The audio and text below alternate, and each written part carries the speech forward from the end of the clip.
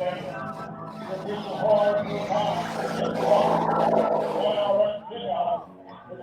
and welcome to Inside the Lines Live. I'm Ryne Gallacher, and this is Caleb Turrentine, and we're going to be talking about this week's slate of games and everything that's going to be going on. A little change of scenery for me. I was supposed to be at the Benjamin Russell Clay Central game, but it's going to be postponed until tomorrow night due to rain. We're going to say a quick thanks to our sponsors, Auburn University Credit Union, Neptune Technology Group, Wetumpka Tire Pros, Toulouse Tire Pros, and Zap Pest Control. Thank you guys for sponsoring and all the great things you do for the community. Caleb, where are we going to get started tonight? Well, actually, I want to go ahead and get you started since we're not actually at a Benjamin Russell Clay Central game tonight. Everyone's looking forward to that. It's pushed back to tomorrow. Let's start there. What is the biggest thing for you to look out for when you got it out there tomorrow night? Well, last year, Clay Central got the better of Benjamin Russell, 38-14. Clay Central is pretty balanced running and passing the ball, but the passing is what got Benjamin Russell last year. Benjamin Russell tends to run a lot of man-to-man in that 3-3 stack that they run, with the safeties kind of creeping down a lot. And so there were a lot of one-on-one double moves and stuff that got them last year. They're going to be a little bit more prepared this year, I think. That's kind of been the emphasis for Kevin Smith and the guys this week. Yeah, obviously there's still the whole storyline with Danny Horn being there. He's won 2 straight championships in 5A. This is a guy that, Benjamin Russell still respects a lot, but they want to beat him. How much does this game still mean to them? This is the biggest game for Benjamin Russell this year, probably until they potentially reach the playoffs. And it'd be the biggest win for Coach Smith in his tenure at Benjamin Russell. This is his 3rd year, and he'd really love to get that win against former coach Danny Horn. Danny Horn did a lot of great things over at Benjamin Russell before he left, and the program's trying to get back into that same rhythm. And I think with some of the things I saw last week with the passing game of Benjamin Russell, I think that they can take the next step this year and reach the playoffs, which eluded them last year.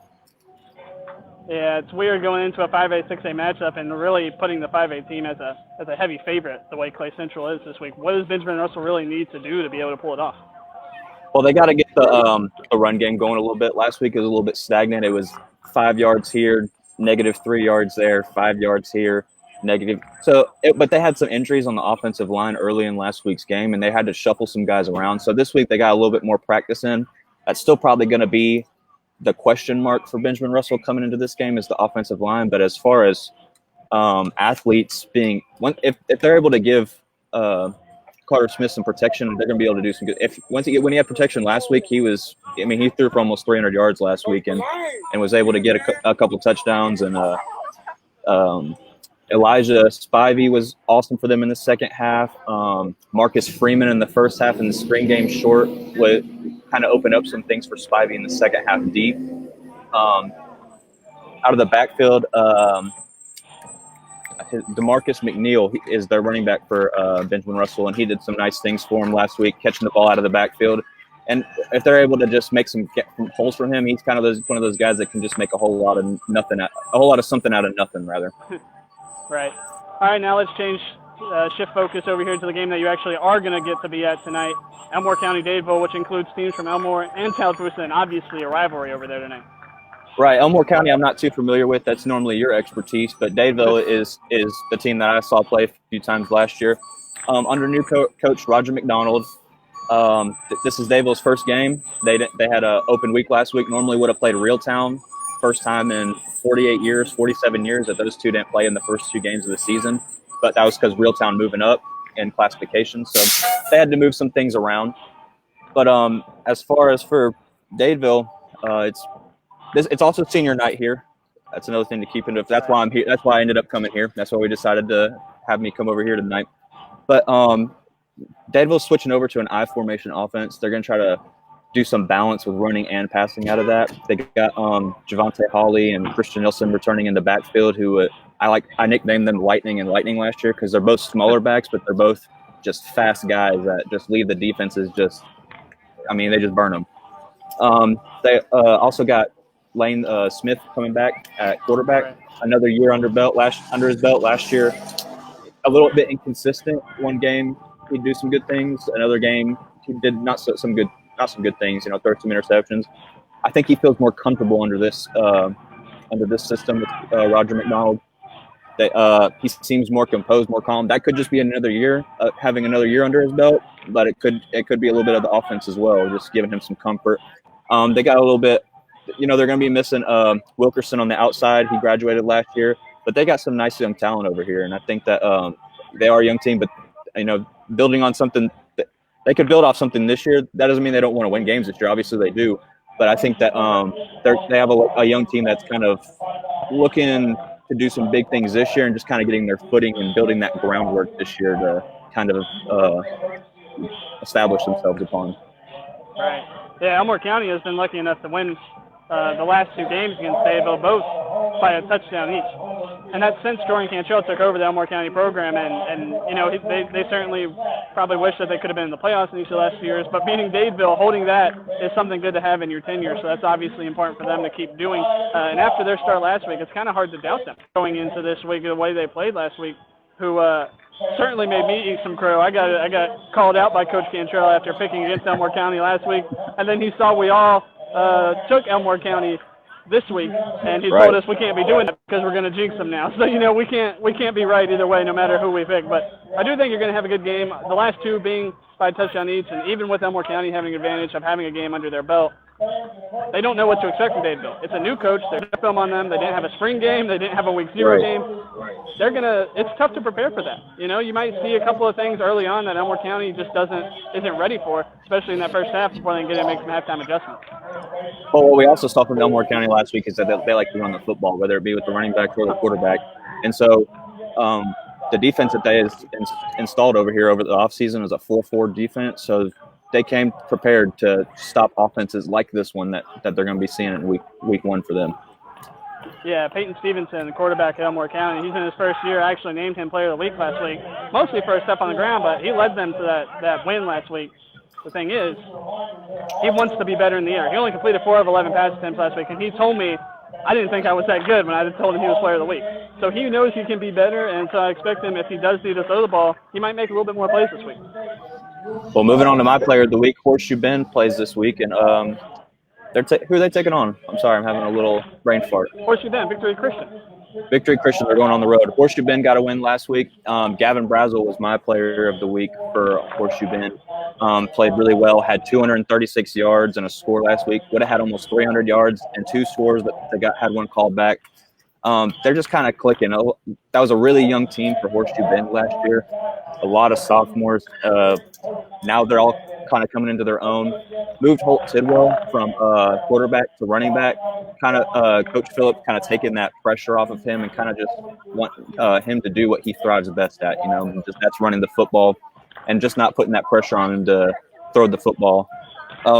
They've also gotten bigger at receiver this year. They were a little bit smaller, so that gives the new quarterback Colt Johnson some options to throw to when they do want to throw. But don't get it wrong, they run their wishbone. They're going to run the football, and that's their MO, and that's their bread and butter. That's what they're going to continue to do. Yep, and then wrapping up the slate up in Tallapoosa County, you got Reeltown. Had so much buildup for that first game, not just because of the coronavirus stuff, but scheduling Tallassee. You're going to have the 10 months leading into that game. They had a lot of hype for that. Now they have so much emotion going into week 1. How do they try to match that energy? That's what I talked to Coach Matt Johnson about. He said that it's not getting too low or getting too high throughout the season. Reeltown always seems to be in dogfights. Sometimes they play down to their competition, and then also they play up to their competition. We saw that last week when they were the underdog against Tallassee. They played really well. They got down. They had arguably their 2 best players, LJ Hill and Johnny Brown, go down in the third quarter last week. And instead of folding and just calling it quits and saying, hey, this team's bigger than us, they got the better athletes, let's just go ahead and pack it up and go worry about next year. That's not what they did. Quarterback Gabe Bryant, starting in his first game for the Rebels, he just looked calm and composed as can be for his first start at quarterback. He didn't look rattled from the first play to the last, even in overtime. He just looked so calm out there, like he had done it he's like a 10-year vet out there. And he's a prototype quarterback, 6'3", 200 pounds. He's got an arm, and he just doesn't get rattled. He stood in the pocket tall, took some hits, and just shakes them off. He's just a tough kid. And, they also got Scooter Brooks back there, who's just an animal. You know how he is. You saw him. every time I watch a Reeltown game, the kid's carrying 3-4 guys on his back for 8 yards, and it's just like, how does he do it? Yeah, you didn't think losing Cameron Faison, they were – I mean, he's no Cameron Faison, note on this, but they're not missing a beat with the running game because of Scooter Brooks. Absolutely not. And, they got another number 6 Juicy back there for them as well, and he's a smaller kid, but he runs tough, and he's the fastest kid on the team probably. And so they're going to get that production speedster after they had in Faison, but now they got Scooter Brooks, who's the power back, starting for them this year. They're still trying to find production in other ways, whether it's Marcus Haynes and those other guys, because they got to replace Eric Shaw, they got to replace Faison, they got to replace Iverson Hooks. So they're just they're finding who they can go to and who's going to be their go-to guys in the clutch situations. And Johnny Brown came back in the game last week and scored the game-winning touchdown after we thought. I mean, from what we saw, we all thought he was done, but it just turned out to be cramps. It looked like he had kind of had like a Tua injury, almost like he fell kind of awkwardly on his leg / hip. So we thought that it was a real scary injury. And then we saw someone being carted off the field, and it turned out to be LJ Hill. And so, just proving that they didn't have their 2 best players and still went out and not only came back against Tallassee, but beat them. It was just an impressive win for the Rebels. Yeah, I think a lot of people took notice of that. You're a defending runner-up. You're moving up a classification. And the Sports Car Association poll is a little bit questioning. They lost so much talent. They're moving up a class where you have them. They started preseason number 9. They jumped 5 spots with 1 win. They're already number 4 in Class 3A in their first year in 3A. People are respecting them, so they got a lot to live up to, and I'm excited to see where they go this year. Oh, and the defense is just opportunistic as well. They forced a couple turnovers last week, and when they needed them to. Reeltown just always finds the way to get those gritty wins out. They just get those tough wins, a couple overtime wins last year. They just seem – the culture that Matt Johnson has there is just superb, and he's just kind of gotten those guys to believe in themselves and believe in each other. And the transferring of Iverson Hooks has kind of made it easier for him, because I talked about it this last week with Griff. Coach Johnson was kind of stuck between Gabe Bryant and Iverson Hooks, and Iverson Hooks was fantastic for them last year. Had a fantastic game last week at his new school. But when him transferring allowed Coach Johnson to buy in, and when Coach Johnson's able to buy in and not second guess himself, it makes it so much easier for the players to buy in as well. Right. Yeah, for sure. All right, we're going to take a quick break, and we'll be back in just a minute. From the plains to the capital city, Auburn University Credit Union is here to serve your financial needs. Visit them on the web at myaucu.org.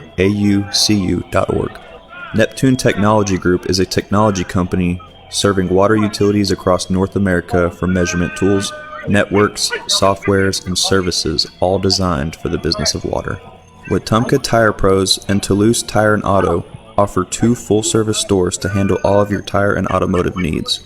For residential and commercial service, Zap Pest Control is just a phone call away. They offer home and office COVID-19 sanitation as well. Call Zap for your hometown service. I'm live right now. How long were you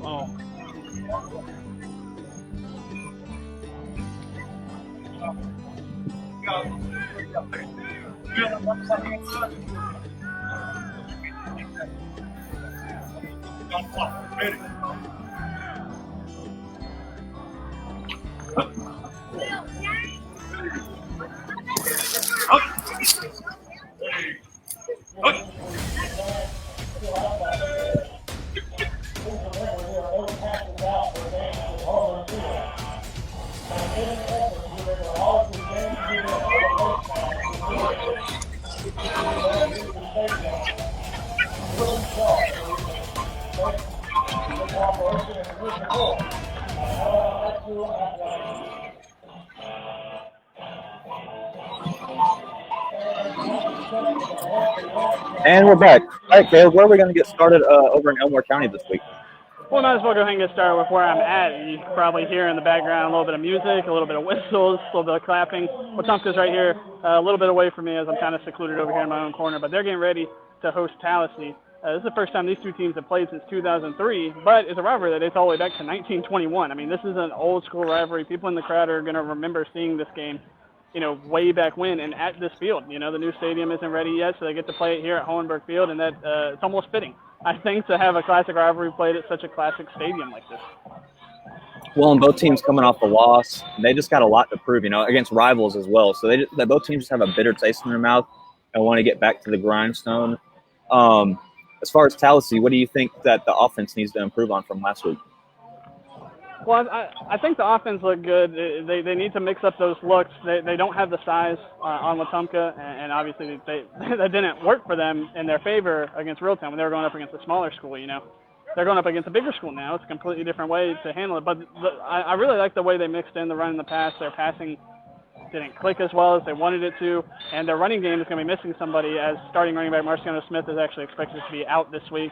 It's a minor injury, and they didn't want to risk it, obviously with region play coming up. This game is still important. They've got plenty of guys that can make plays. Last week, it was all about those big plays against Reeltown. I think they had a 70-yard touchdown run. They had a 48-yard touchdown run. I'd like to see them sustain a drive. And if they can sustain a drive against Wetumpka, especially early on, first half kind of thing, they're going to prove that they can have success. And I expect to see them still try to run the ball a lot, but I would really like to see them mix in a little bit more screens to get the ball in the hands of those running backs rather than just turning it and handing the ball off, because that's going to be tough to do up the middle against a bigger team. Yeah, losing Smith is going to be big for them. He was kind of their main back last week, had one of those big touchdown runs for them. Who do you think is going to pick up the slack for them in the meantime? Well, they have Jalen Daniels, they have Xavion Carr. They don't want to get those guys. The reason they had Marciano, really be a full-time running back is because Daniels and Carr both start on the defensive end. They're both extremely capable running backs. They could be starters at running back if they didn't play defense. The whole point is to try to rest them. But they are extremely capable. Jalen Daniels might be the fastest guy out here on either team. So it's just about trying to get them the ball. And he's someone that I really think that they could really start getting involved in the screen game, because it's almost like he's moved out to receiver full-time. He works with the receiver a lot. He still gets some carries, but he's someone that can catch the ball and make some people miss in the open field.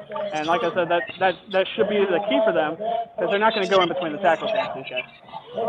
Yeah, I like some of the things the offense did last week as well. We're able to get some explosive plays, but in between it was kind of stagnant. What do you think the defense needs to do to kind of help the offense out in this situation? Well, Wetumpka is a little bit tough to prepare for right now, and Coach Mike Battles told us this, is that last week Wetumpka ran, 4 different guys taking snaps last week. One of them was a wildcat formation, but the other 3 were 3 players lining up at quarterback. Brandon Bowman is a guy who they would probably prefer to line up at receiver. That's where he's played the last couple of years. He's started. He's an athlete. He's incredibly fast. He's an explosive play kind of guy. But he still has more experience at quarterback because he backed up Tyquan Rawls the past 2 years. The thing is, Robert Rose, a junior, has also been a backup, and he's now trying to move in and take a little bit more snaps. He got most of the snaps last week in the second half against Prattville, and certainly started to settle in. And I think that experience, even though they got blown out, and even though it was against a much bigger and better team than Prattville, I think playing against them will actually help Robert Rose, and I really expect him to be more of a full-time quarterback role this week. But that doesn't mean Tallassee doesn't need to be prepared for if Brandon Bowman or Nathan Rogers or Stone Minifield is back there taking snaps. Right, Wetumpka probably coming off one of their hardest games of the season for them. What kind of things do you think encouraged you about that? Even though they didn't score that many points, what do you think that they're going to be able to do offensively this week? Well, I mean, you hate to just compare opponents, and it's no shot at Tallassee, but Prattville's defense is elite this year. They're one of the best in the state, and they went up for them right off the bat. You don't have any spring game. You don't have a full real summer practice. Your practice is just off. You don't have anything to work off of, and you go up against one of the best defenses in the state. That's going to happen. And they had their plays, they had some drives, but they were inconsistent. They had a 94-yard drive last week that ended in a field goal. I mean, some of those things are just going to happen. They started on their own 1-yard line, had their best drive of the night, and only got a field goal out of it. I mean, that's just tough to see. You have a 94-yard drive against a team like Tallassee, you're probably wearing them down more than you're wearing down Prattville, just because of depth and numbers. And I think this offense is capable of making plays, sustaining drives, and I think you're going to see a just complete turnaround this week. And a lot of it is going to be because of the opponent, but a lot of it's just because of the improvements you make from week 1 to week 2. Who you got winning the game? I was wrong last week when I said Tallassee would beat Reeltown by a couple of touchdowns, and I still think Tallassee is good. I think they're a playoff team this year. This just is not an easy matchup for them. I don't see it going very well. I think their running game can do some damage, and if they really try to take advantage of some screen passes, which Prattville did last week against Wetumpka, that might help them. But I don't think it'll be enough. I've got Wetumpka by probably 2 touchdowns. Yeah, I think not having Marciano Smith back there, they didn't have enough production. It was kind of him and the 2 other backs, and that was kind of it for Tallassee last week. Not having him they're kind of losing that production. Like you said, those other 2 guys play defense, so they're going to be tired throughout the game. So they got to find production in other ways. I got Wetumpka winning that one as well. What other teams you got? Well, I think the big one, even though I'm here tonight, another big one that might be maybe a better matchup, probably 2 better teams, is Prattville again going over to Stanhope Elmore in a rivalry game that has stopped feeling like a rivalry game in recent years, actually, because the Lions and how much they've dominated. Stanhope Elmore is trying to make up for it. Last year's game, they're looking to really make up for that because they lost 42-0, and that's the widest margin of defeat in the history of that rivalry for either team. They did not like the way they played. Coach Brian Bradford said that's the worst game since he's taken over Stanhope Elmore. But really, he's looking back at it, he said he's almost kind of glad it happened. They fixed so much stuff of that game and became a much better team the rest of the season. Obviously, he doesn't want to learn it the hard way again this year. But he does say, like they went up against Opelika last week, going up against Prattville this week, region play starts next week. I'm not sure a team has 2 tougher opponents to start the season than Opelika and Prattville. Stanhope Elmore is going to learn a lot about themselves, whether they win or lose this game. But that's certainly one that while I'm here, I'm going to be keeping an eye on and trying to get some updates on the scores from over there. Like you said, it's been 7 straight years. What do you think is going to be different this year? I think it's the fact that Stanhope Elmore probably, and it's not a big on the quarterbacks of the past, but they can throw the ball. They have a legitimate throwing option. This isn't an athlete who just happens to throw the ball. This is a quarterback who happens to run the ball.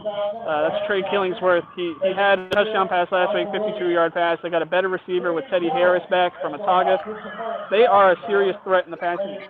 And what causes problems for defenses is that they're still just as good in the running game, and they only have a sophomore running back, but they have all 4 starting offensive linemen coming back this year. So they are very good offensively, and that is not something they've been able to say over the past couple of years and probably over the past 7 years during the series. I always say that in high school football, that passing the ball, if you're able to do that, it's impressive because it's just so hard to do that timing and that rhythm.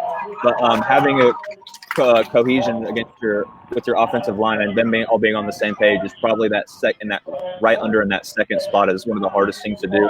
But them having all the returning guys coming back that's a big deal. That's a lot of experience on the line, a lot of snaps play, a lot of communication, and that's going to be helpful for them as well. What about Prattville? What do you expect to see from their offense this week? Well, it's tough to say. I've wanted to believe in Wetumpka's defense last week to improve, and they were better. I mean, they slowed down Prattville's drives, and the reason that score got out of hand was just because of the fourth quarter. Ended 40-10. It was much closer than that. I mean, it was 16-3 going into the fourth quarter. So Wetumpka's defense definitely kept them in that game last week. So what I'm saying is that Stanhope Elmore's defense should actually be better than Wetumpka's defense this year. So to be able to slow those drives, limit the big plays in the same fashion that Wetumpka did, Stanhope Elmore should be able to do it, more often to maybe not even let them get to the point where they are kicking field goals like they were last week. I mean, they made 4 field goals last week. A guy was an AHSA player of the week. He was in the spotlight. He was a kicker. He had to punt that down with Wetumpka at the 1-yard line. Special teams is something that might even be more important than Prattville's offense. Field position was huge for them last week, and that could be something again that they use against Stanhope. Now I know in rivalry games anything can happen, but I think I know who you're going to pick in this game. But why don't you go ahead and tell us? Oh man, listen, I believe in Stanhope a lot. I think they could be a legitimate quarterfinal, semifinal team in Class 6A. I just think Prattville's really, really good this year. I picked a score in my preview that you can still read before the game over on our website, but I had Prattville 23, Stanhope Elmore 21. And like you said, when you pick a score that close, I could see it going either way. But if I'm being forced to make a pick, I'm picking Prattville. Prattville's back, I think we can all say, from where they were a few years ago. They kind of had a little valley, but they're kind of getting back to that peak, What else? What other games you got for us? So just a little bit, about 10 minutes from here, Holtville is actually hosting West Blockton in a game. I talked, making sure all the games were confirmed for tonight earlier because of the rain and everything that has been pushing games back. And I was talking to Coach Jason Franklin. He said they were still on. And one of the things I told him, West Blockton runs a triple option offense. I was telling him, hey, maybe this rain might be a good thing. Might be a little slippery, catching those tosses and the pitches. Y'all might have an advantage. Of course, the rain seems to be holding off, and the fields are going to be doing their best to dry out, so that might not be a factor. But West Blockton, triple option is not going to be easy to deal with. I don't care if it's raining or not. It's assignment football. You miss one assignment, that's an 80-yard touchdown run. I mean, this is it's just tough to go up against, and it's tough to prepare for. I don't care if it's a 1A team or a 7A team. That's not something you see every day, and if they can make the right reads, it's tough to stop and slow down. It's a lot of magic going on. It's look over here so I can get you over here, kind of with the triple option. One of the harder offenses to run in all of football, but if you're able to do it. A little loud over there. It's one of the harder offenses. Get excited. It's one of the harder offenses to run in all of football, but if you're able to do it, it's a deadly offense. We've seen that over the years with Navy and Georgia Tech beating a lot of teams in college that they probably shouldn't be even close to beating games with, And I think you got one more game. We got Edgewood, who's traveling down to Hooper. They are expecting to get the game in still. It's Edgewood coach Chad Michael actually going back down to his old turf, old stomping grounds.